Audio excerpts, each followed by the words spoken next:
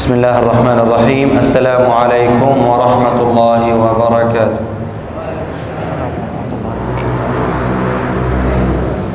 الحمد لله رب العالمين. اللهم يا ربنا لك الحمد حمدا كثيرا طيبا مباركا فيه كما ينبغي لجلال وجهك العظيم، والصلاة والسلام على النبي الصادق الأمين محمد وعلى آله وصحبه أجمعين. أما بعد، أهلا وسهلا بكم يا أهل مسجد بيت الخير، مفتاح الخير، أهل مسجد مفتاح الخير. جعلكم الله مفتاحا للخير أينما وليتم وجوهكم، اللهم آمين. ثم أما بعد،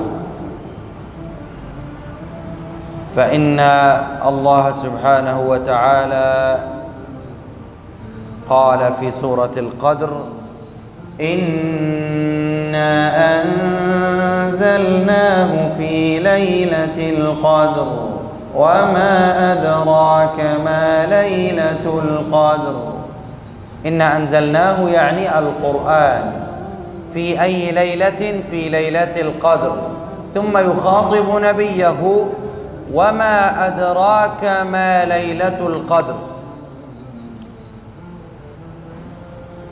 في الحقيقة النبي صلى الله عليه وسلم يعرف ما هي ليلة القدر، لكن الله يقول: وما أدراك ما ليلة القدر. أسلوب تعظيم وعجبا لعظيم هذه الليلة، لما فيها من ثواب وأجر ورحمة وغفران وتكفير وعتق من الله لعباده المسلمين في هذه الليلة. وما أدراك ما ليلة القدر، يعني شأنها عند الله عظيم وعال ومرتفع. أعظم ليلة في السنة، أعظم ليلة تمر على الإنسان في السنة هي ليلة القدر. في هذه العشر الأواخر فيها هذه الليلة. لا يستطيع الإنسان تحديد هذه الليلة بالضبط، لكنه يستطيع أن يقوم هذه العشرة كلها فيوافق هذه الليلة العظيمة، فيغفر الله له ما تقدم من ذنبه وما تأخر. ليلة القدر خير من 1000 شهر، خير من 83 سنة من العبادة. هذه ليلة واحدة بين أيدينا الآن. Bismillahirrahmanirrahim. Segala puji bagi Allah. Beliau memulai tausiahnya dengan memuji kepada Allah Subhanahu wa taala. Alhamdulillah. Kemudian bersalawat kepada Nabi besar Muhammad sallallahu alaihi wasallam. Beliau kemudian mengatakan ahlan wa sahlan bi ahli Masjid Miftahil Khair. Selamat datang bagi semua jamaah Masjid Miftahul Khair. Semoga sesuai namanya Allah menjadikan kita semua, kalian semua kunci, memberikan kunci kepada kalian untuk dibukakan segala kebaikan pada diri kalian semua, pada kita semua. Amin Allahumma amin. Kemudian di sini beliau menukil satu ayat, yaitu ayat pertama di surat Al-Qadr. Bismillahirrahmanirrahim. Inna anzalnahu fi lailatul qadr. Sesungguhnya kami menurunkan, hu-nya di sini maksudnya Al-Qur'an. Sesungguhnya kami menurunkan Al-Qur'an di malam Lailatul Qadar. Di malam Lailatul Qadar. La wa ma adraka ma Lailatul Qadar. Kemudian Rasulullah di sini mempertanyakan, atau Allah Subhanahu wa taala itu mempertanyakan, tidakkah kalian tahu Lailatul Qadar itu apa? Di sini pertanyaan bukan pertanyaan Rasulullah, Allah Subhanahu wa taala benar-benar bertanya. Bukan pertanyaan secara hakiki, bukan pertanyaan beneran, dalam berarti Allah Subhanahu wa taala bertanya pada kita apa itu Lailatul Qadar, enggak. Tapi ini pertanyaan untuk mengagungkan daripada Lailatul Qadar. Misalnya kalau ada Jokowi di sini, kemudian ada salah satu dari kita nggak tahu. Kamu nggak tahu Jokowi, nah, kayak gitu kan ya. Jadi bukan pertanyaan, tapi pengagungan. Pengagungan terhadap Lailatul Qadar. Bahwasanya Lailatul Qadar itu sesuatu yang besar, sesuatu yang agung. Masa kamu nggak tahu? Masa iya kamu nggak tahu? Wa ma adraka ma Lailatul Qadar. Jadi kita sekarang sudah berada di 10 terakhir, ya 10 terakhir, dan insya Allah itu kemungkinan di antara malam daripada 10 terakhir ini itu pastinya ada Lailatul Qadar. Kita emang nggak tahu kapan itu Lailatul Qadar. Ya, kita nggak tahu kapan.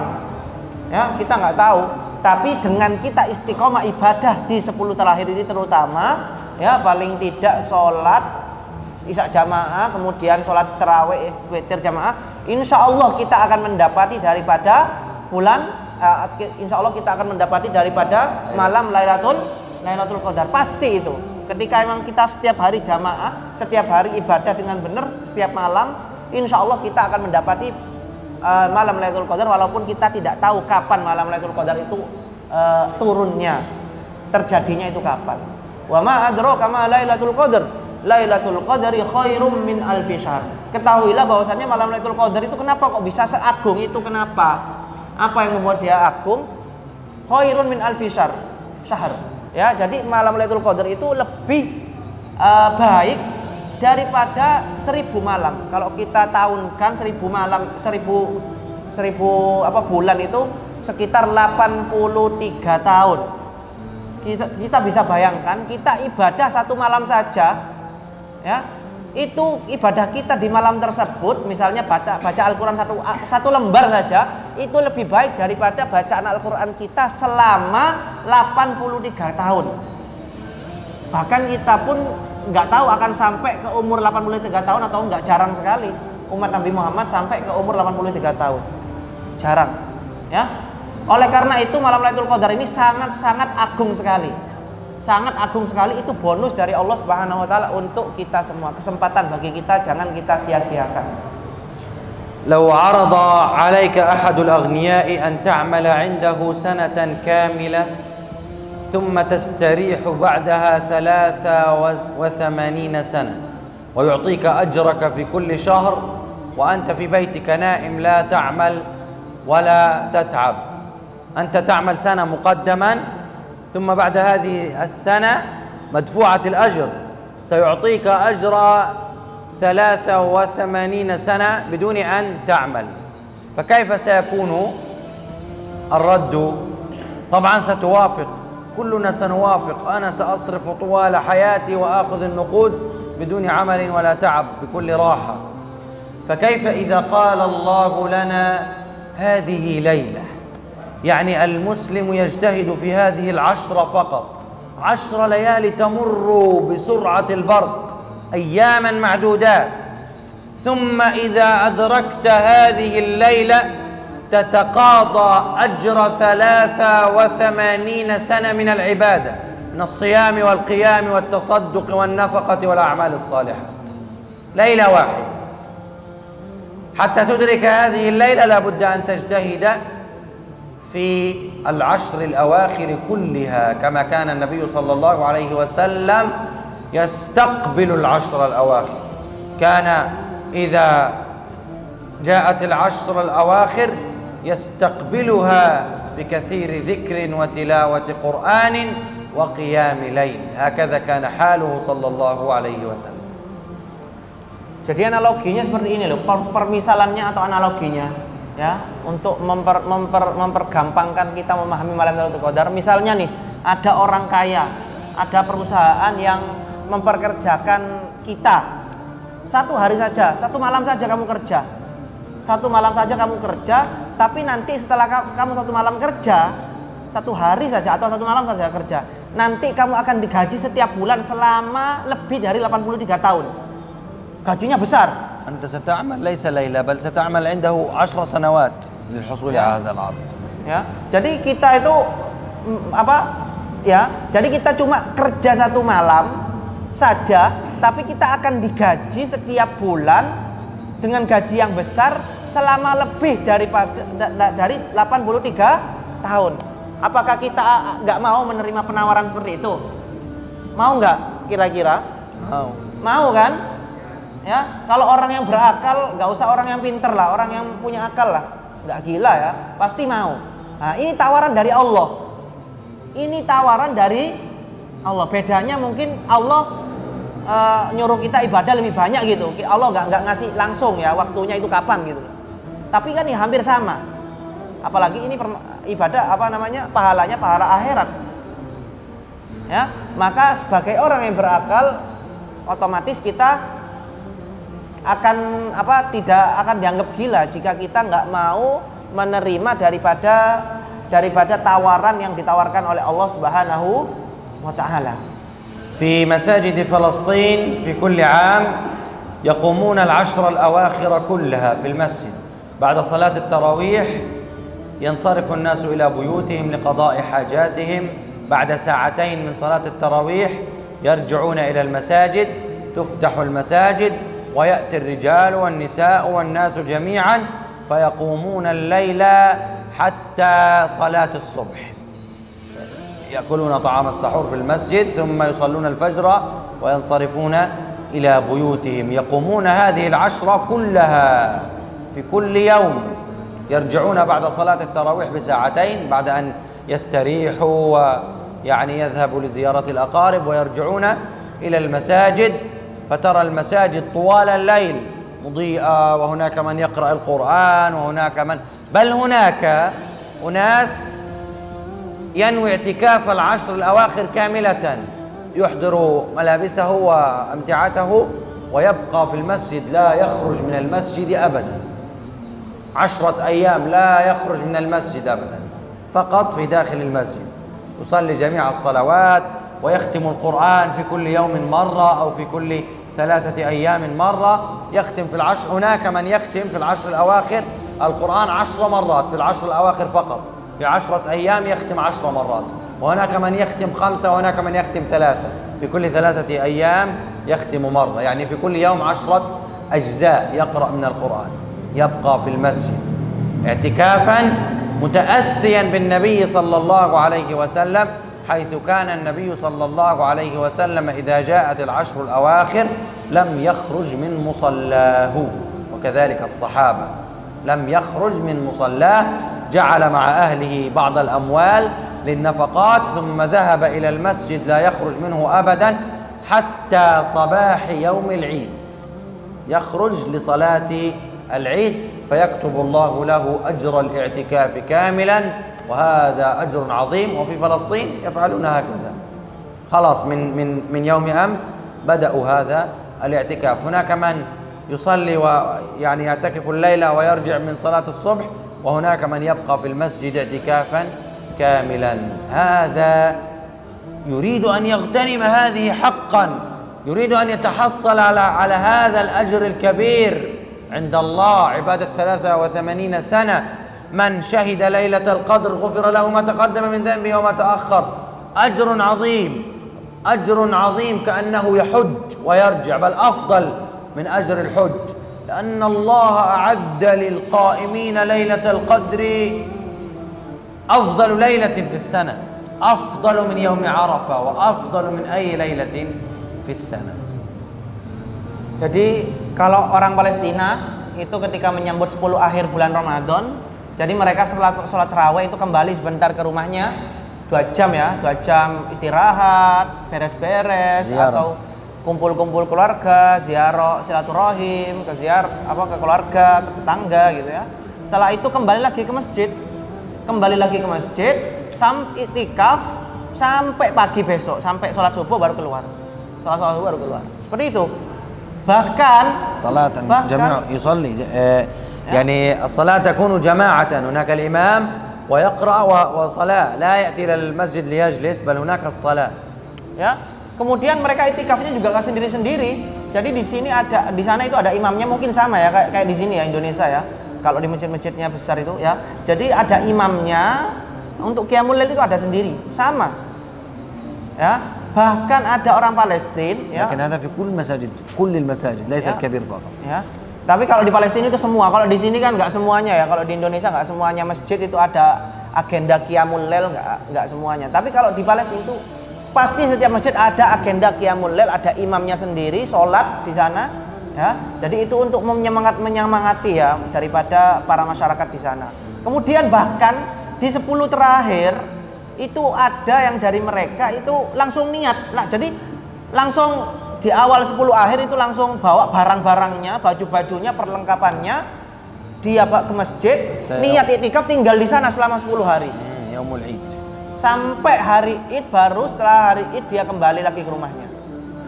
Demi apa? Demi menggapai Lailatul Qadar. Yang mana Lailatul Qadar itu malam paling terbaik, bahkan mengalahkan malam Arafah, bahkan mengalahkan ibadah haji sekalian. Ya. Jadi ayo kita sama-sama menyemangati diri kita untuk memanfaatkan momentum ini. Kita nggak tahu besok kita masih hidup atau enggak, diberi umur panjang atau enggak oleh Allah Subhanahu wa taala, tahun depan kita mendapati bulan Ramadan atau enggak, kita nggak tahu. Jadi manfaatkan kesempatan ini, jangan disia-siakan.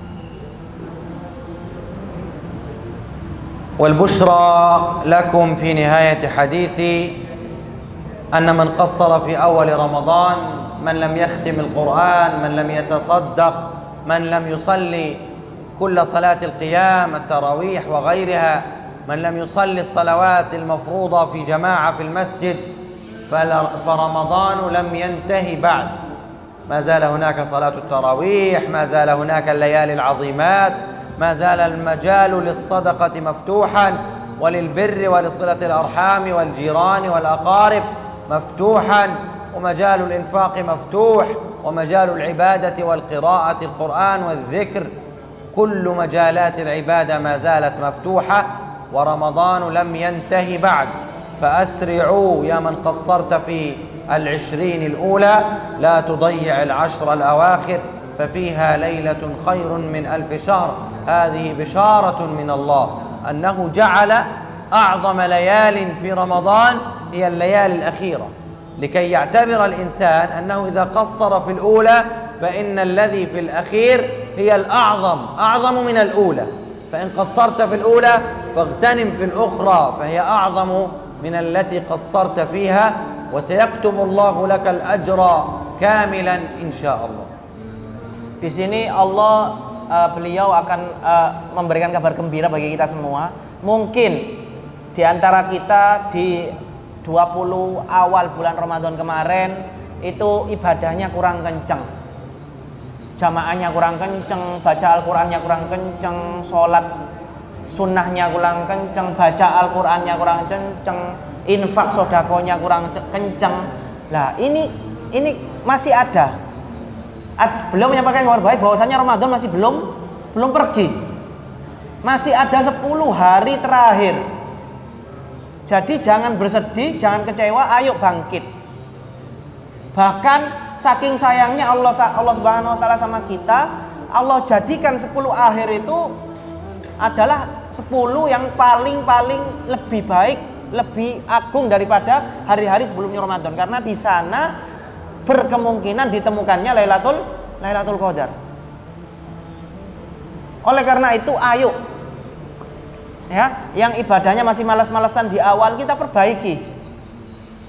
Kesempatan masih terbuka, Allah masih sayang sama kita. Kita masih diberikan umur panjang oleh Allah Subhanahu wa taala untuk bisa memperbaiki semua di 10 akhir.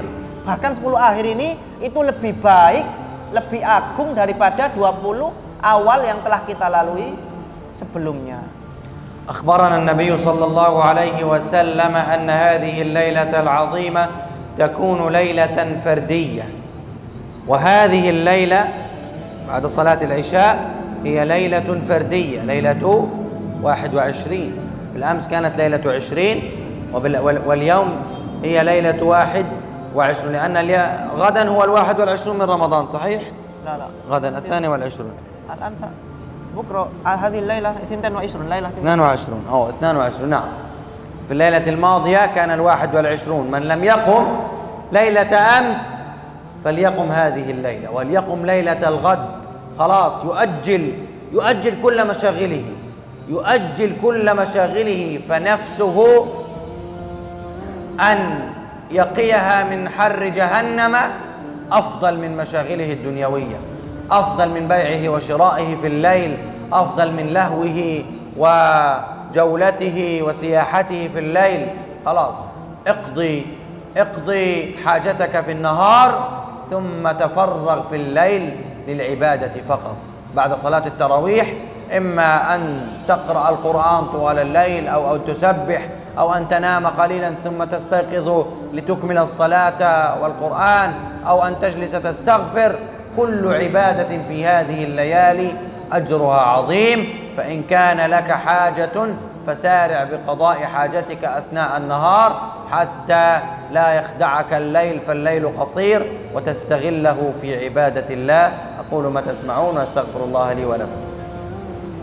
Ya, kemudian ada hadis Rasulullah SAW yang mengatakan bahwasannya Lailatul Qadar yang mengindikasikan bahwasannya Lailatul Qadar itu prediksi saja ini ya. Bahwasannya Lailatul Qadar itu terjadi di malam ganjil. Di malam ganjil. Kemarin malam 21 ya mungkin ganjil ya. Tapi bukan berarti malam ini itu tidak ada kemungkinan Lailatul Qadar, tetap ada kemungkinan. Itu cuma prediksi saja dari para ulama yang mengatakan kemungkinan. Mungkin nahnu ta'akhkharna yawman fi shiyam atau mubakkir yawm. Nah. Ya. Jadi jangan kita puasanya itu rajinnya itu jangan hanya di malam-malam ganjil saja. Nanti kalau malam genap kita lengah. Jangan seperti itu. Ayo kita semangat, kita tunaikan semua keperluan kita di siang hari. Selesaikan urusan dunia kita di siang hari. Pekerjaan kita, bisnis kita, dagangan kita, hal-hal duniawi kita itu kita tunaikan di siang hari. Kita khususkan, kita fokuskan, kita konsentrasikan malam kita khusus untuk ibadah, baca Al-Quran, sholat dan lain sebagainya. Ayo kita fokuskan malam ini, setiap malam daripada 10 akhir ini untuk hal ukhrawiyah, untuk hal-hal yang berdampak kepada akhirat kita. Itu saja mungkin yang bisa disampaikan. Allahu a'lam bishawab. Yakfi. نعم، كما تعلمون إذا رأيتم في الأخبار أن المسجد الأقصى في هذه الأيام يتعرض لاقتحامات، لأن في هذه الأيام يوافق أعياد اليهود وأعياد المستوطنين، فهم يقتحمون المسجد الأقصى ويضربون من فيه من المسلمين ويخرجونهم خارج المسجد، لأنهم يزعمون أنهم يريدون أن يذبحوا قرابينهم ويحتفلوا بطقوس عيدهم داخل المسجد. لكن المسلمين لا حول لهم ولا قوة إلا بالله، فهم لا يملكون سلاحا ولا يملكون قوة إلا بقوة الله، وهم بحاجة إلى دعائكم، وهم بحاجة إلى معرفة أخبارهم، وهم بحاجة إلى نشر أخبارهم. انشروا أخبارهم في صفحاتكم، وعلموا أولادكم أن فلسطين هي قبلتهم الأولى، والمسجد الأقصى قبلة المسلمين الأولى، ولا تنسوا كثرة الدعاء لإخوانكم في فلسطين، فإنهم يدافعون عن قبلتكم، لا يدافعون عن أرضهم، بل يدافعون عن قبلة المسلمين. هذا وبارك الله فيكم، والسلام عليكم ورحمة الله وبركاته. Kemudian beliau menyampaikan satu hal, pesan yang harus disampaikan oleh beliau, yang mana pesan daripada Palestina, dari kiblat pertama kita yang pertama, bahwasannya terutama di bulan Ramadan ini, setiap bulan Ramadan itu Masjidil Aqsa mengalami penghinaan yang sangat luar biasa. Penghinaannya itu lebih besar daripada penghinaan di hari-hari biasa. Kenapa bisa demikian? Kenapa? Karena mereka, para Yahudi, meyakini bahwasannya di hari-hari Ramadan itu, di bulan Ramadan itu adalah hari raya mereka. Mereka ketika hari raya itu menyembelih kurban. Mereka itu hari raya menyembelih kurban, dan kurban mereka itu mereka ingin menyembelihnya di dalam Masjidil Aqsa. Ya, otomatis orang Islam ketika itu, muslimin di sana itu nggak terima.